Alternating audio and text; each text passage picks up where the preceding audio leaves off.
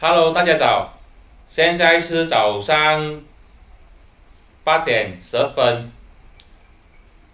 刚才我去看这个布萨的 next short position，就顺便看了一下这个 D next，我们就来看一下 D next，它今天早上的公布的仓位呢是2.01，它是所有股里面 next short position 是最高的，就是 D next。可以看到它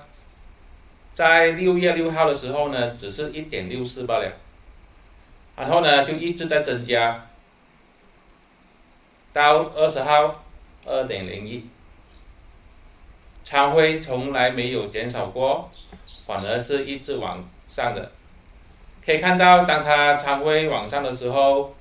股价也是往上，也就是说，机构呢就趁高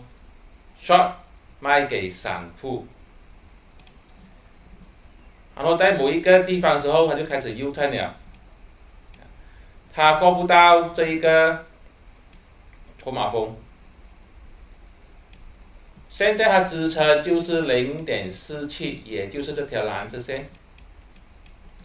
它的阻力就是0.575，也就是这条灰色线，过不到。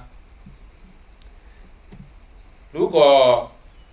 大家要去捞这个，要去交易这个 D next 的时候，要小心这个空军，只要它上去，股价上去，它就炸它下来。我在很早之前上个月的时候，我就想说，如果要进场的话，最好是等第二只脚。它现在呢，还是没有出现第二只脚，没有啊。所以要交易的话，真的是要小心，而且你看到它已经开始 U turn 了，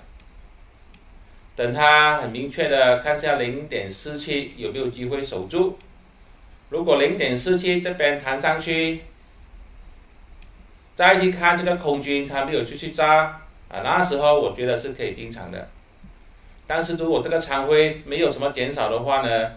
我觉得就盘边看就好了，直到它的仓位慢慢的往下去，那时候再考虑要不要进场。这些都是我的个人看法，并没有任何的买卖建议。谢谢大家。